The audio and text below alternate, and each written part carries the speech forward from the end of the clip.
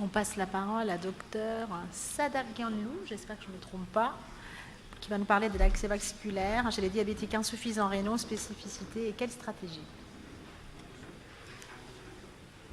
Bonjour à tous, merci Ruben, merci Gilles pour cette invitation.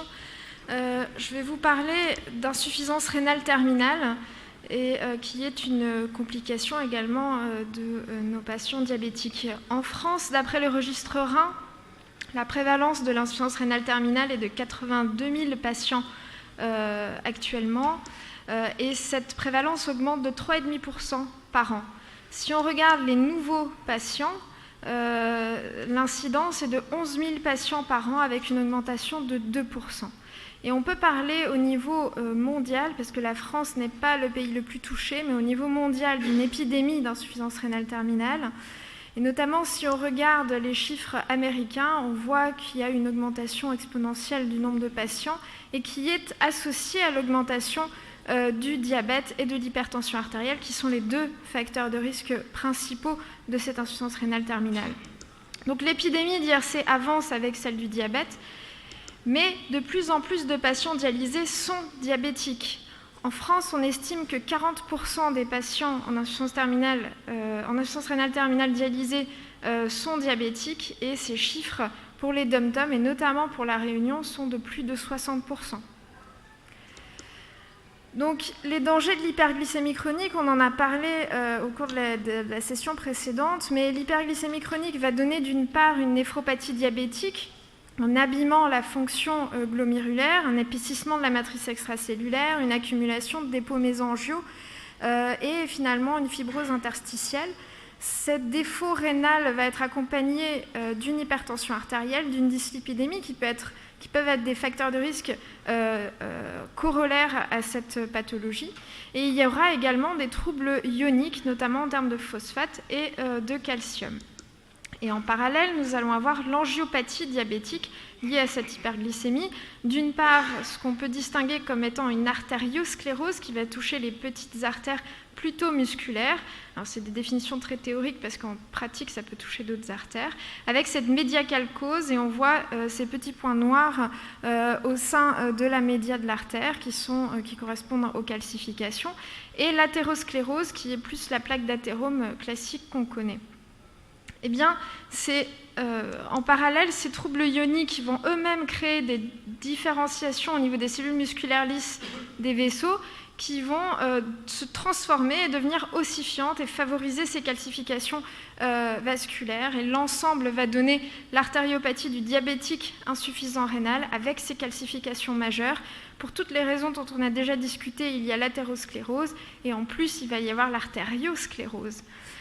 Cette artériopathie du diabétique insuffisant rénal, elle va être capitale quand on va devoir créer un abord vasculaire pour le dialyser.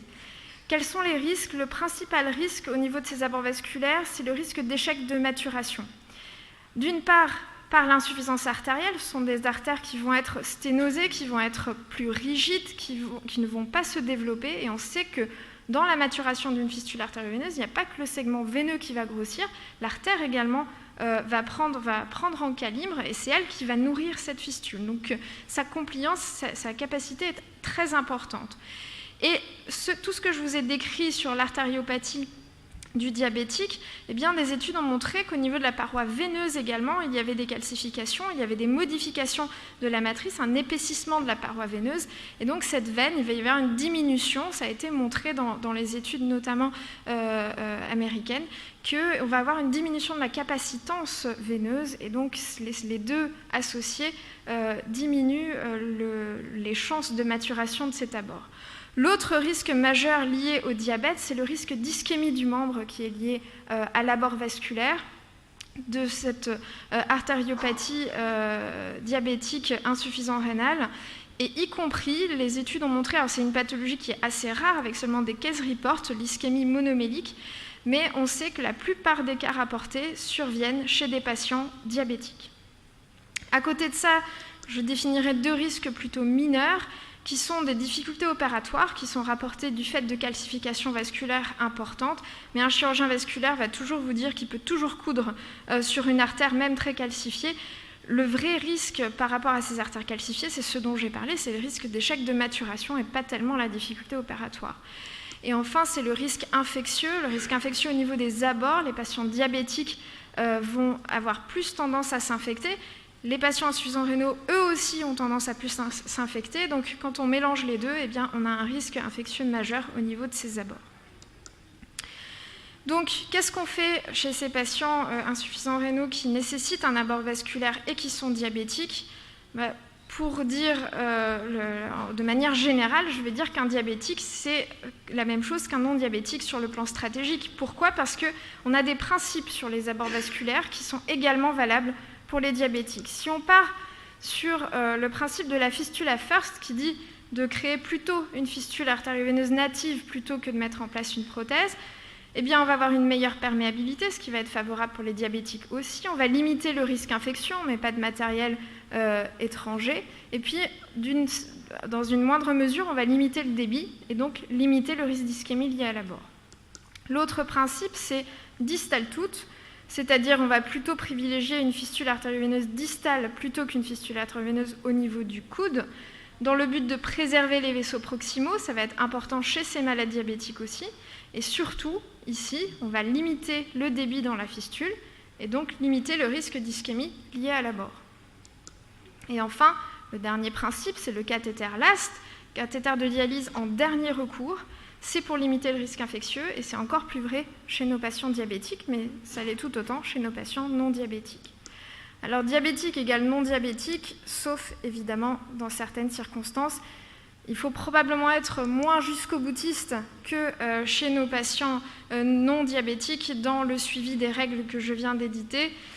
Si on a une veine très médiocre à l'avant-bras, on a un risque majeur d'échec de maturation et on va privilégier le bras si la veine est meilleure à cet endroit-là. De même, si on a une artère radiale unique, par exemple, ou une artère radiale médiocre à l'avant-bras, on a non seulement un risque majeur d'échec de maturation, ce que je vous ai expliqué, mais également le risque d'ischémie liée à l'abord qui se surajoute. Dans ce cas-là, on va privilégier le pli du coude avec une anastomose de petit calibre, encore une fois pour limiter le débit dans la fistule. Ce qu'il faut à tout prix éviter chez ces patients, c'est la double peine. La fistule qui ne mature pas, pour les raisons que je vous ai expliquées, de défaut artériel et veineux, et en plus d'ajouter une ischémie de membre. Et puis dans la stratégie, il ne faut pas oublier l'âge et les autres pathologies de ces patients diabétiques qui parfois peuvent être nombreux avant de choisir notre abord vasculaire. Il y a le cas particulier des patients diabétiques et obèses. Je dis cas particulier, mais dans certains cas, c'est un cas ce sont des patients qui sont assez nombreux. Et il est notamment prouvé qu'un IMC supérieur à 35 est un facteur de risque de maturation, d'échec de maturation. Pourquoi ? Tout simplement parce que cette profondeur de plus de 5 mm va poser des complications au niveau de la cannulation. Il va y avoir des phénomènes de fibrose, d'hématome, on va perdre des fistules lors de la ponction, ça peut s'infecter. Et donc, chez ces patients obèses, on va devoir superficialiser, même sur des territoires, par exemple sur l'avant-bras, sur une veine céphalique de l'avant-bras qui normalement devrait être suffisamment superficielle. Eh bien, chez ces patients, il faudra la superficialiser. Et ça va être à intégrer dans la stratégie de création, dans le sens où si vous avez déjà une veine que vous trouvez assez limite en termes de calibre ou en termes de qualité et qu'en plus elle est profonde, là vous êtes sûr que vous allez avoir des problèmes pour avoir un accès vasculaire valable chez votre malade. Le plus important, je dirais, chez nos patients diabétiques, c'est le bilan préopératoire exhaustif et soigneux, peut-être encore plus que chez les non-diabétiques. Il faut une cartographie artérielle et veineuse dans de bonnes conditions, c'est-à-dire sur un membre réchauffé. Alors je sais qu'ici les températures sont peut-être un peu meilleures, mais si vous avez une salle climatisée, on peut en revenir aux températures du nord de la France. Il faut associer des mesures de plétismographie et regarder la pression digitale, ainsi que l'index de pression digito-brachiale, c'est un peu comme l'IPS au niveau du membre supérieur. Si on a une pression digitale inférieure à 50 et un index de pression digito-brachiale inférieur à 0,5, attention, on a un gros risque d'ischémie chez ces malades. Le problème chez les patients diabétiques vont être les calcifications dont je vous ai déjà parlé. On peut avoir des soucis pour mesurer ces données au plétismographe. En tous les cas, si vous n'arrivez pas à avoir de signal, attention, alerte, le risque d'ischémie est important. Peut-être qu'il faut l'intégrer dans la stratégie globale de prise en charge.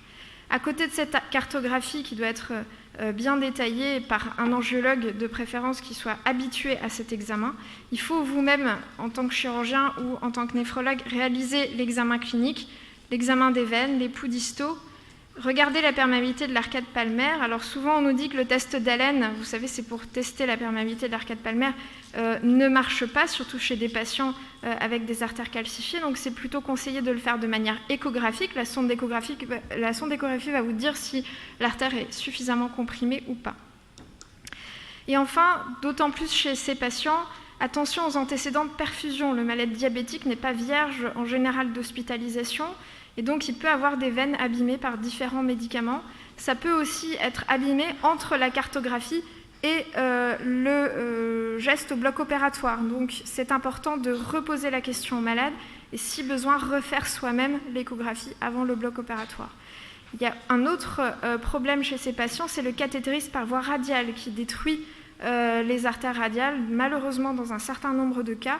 Et chez les patients diabétiques qui parfois ont des comorbidités qui ont été adressées à un cardiologue pour faire une coronarographie, eh bien, si vous demandez à votre patient, il va vous dire il est passé par là. Et c'est là qu'on peut avoir des surprises lors de la création de la fistule. Donc ça, c'est un rappel sur les critères d'échec de maturation. Au niveau des veines, un diamètre de moins de 2 mm, des parois épaisses avec des zones abîmées ou occluses, une collatéralité très développée avec vers la distalité ou la partie postérieure de l'avant-bras, ça signifie qu'il y a probablement un obstacle en aval. Une veine très sinueuse va également être embêtante pour la ponction, et enfin une profondeur de plus de 5 mm. Et pour les artères, on l'a déjà dit, un diamètre de moins de 2 mm, calcification et lésions athéromateuses importantes et pression digitale inférieure à 50 mm de mercure.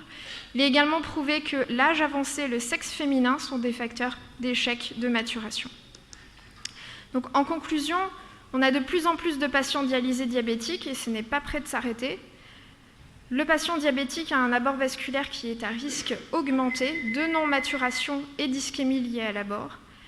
Sur le plan stratégique, si on suit les principes des abords vasculaires, on se remet au niveau du risque pour les autres patients, avec en priorité une fistule distale, mais seulement si possible. Il ne faut pas cumuler les mauvais critères de veines et d'artères pour ne pas aboutir à des catastrophes. Et qui dit risque d'échec augmenté dit également suivi rapproché, et notamment avec des échodoppler rapprochés. Et je dirais que finalement, dans ce cas-là, le vrai principe, c'est patient first. Et on regarde davantage la globalité du patient qu'une fistule distale ou une fistule à l'avant-bras, absolument. Je vous remercie.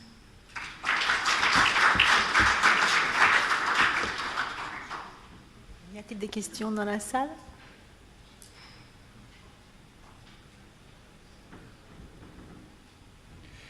Moi, j'ai une petite question. Je trouve que c'est très clair. Est-ce que vous avez, dans votre expérience, beaucoup de complications infectieuses chez les diabétiques, en particulier quand ils sont obèses, parce que ça devient un vrai problème en pratique? Oui, c'est un problème. Typiquement, on sait que ceux qui vont présenter des problèmes au niveau des abords, même après la création, au niveau de l'abord cutané, ça va être les diabétiques obèses, notamment après les superficialisations. Ils vont faire des petits hématomes qui vont s'affecter plus facilement. Il faut vraiment les surveiller et prévoir de les revoir de manière rapprochée. Et pour les surveiller, vous avez un protocole particulier parce que ce sont des patients qu'on traite en hospitalisation de jour, ils partent très très vite. Vous avez des rendez-vous automatisés pour les revoir? Alors, le rendez-vous systématique entre 4 et 6 semaines, on a un échodoppler de suivi avec une consultation avec le chirurgien pour tout vérifier. Ensuite, tout ce qui est patient déjà dialysé sur cathéter va revoir son néphrologue assez rapidement et on les aura au bout du fil.